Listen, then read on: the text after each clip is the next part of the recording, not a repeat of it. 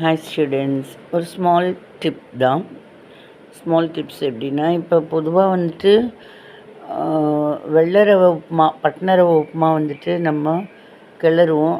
சில பேருக்கு அது என்னடா கெட்டியாக இருக்குதுன்னு நினைக்கலாம். சில பேர் என்னடா இப்படி அப்படியே கஞ்சி மாதிரி ஆயிடுச்சு, ஓரளவுக்கு குழக்குலன்னு இருக்குது, பதமாகவே இல்லை, ரொம்ப ஓவராக குழஞ்சிருச்சோ அப்படின்னு நினைக்கலாம். ஆக்சுவலாக வந்துட்டு 1 டம்ளர் ரவை எடுத்திங்கன்னா அதுக்கு 2.5 டம்ளர் தண்ணி ஊற்றி பண்ணுறப்ப மெத்துன்னு இருக்கும். ஆனால் 2.75 தண்ணி ஊற்றுறப்ப கொஞ்சம் நல்லா சாஃப்டாகவும் இருக்கும், கெட்டியாக. எனக்கு அந்த மாதிரி தான் இருந்தது. நீங்களும் ட்ரை பண்ணி பாருங்கள். அதே மாதிரி இப்போ வறுத்த ரவையை மறுபடியும் வறுக்க வேண்டாம். பொதுவாக முன்னெல்லாம் ரவை இருக்கும், வறுத்துட்டு பண்ணுவோம். வறுக்கலைன்னா தான் நல்லா இருக்காது. இப்போ வறுத்த ரவையை மறுபடியும் வறுக்க வேண்டாம். மறுபடியும் வறுத்தா நல்லா இருக்காது, அப்படியே அச்சுக்கு பிச்சுக்குன்னு ஒட்டிக்கும். அதுக்கு வறுத்த ரவையை நம்ம அப்படியே டைரெக்டாக யூஸ் பண்ணிக்கலாம்.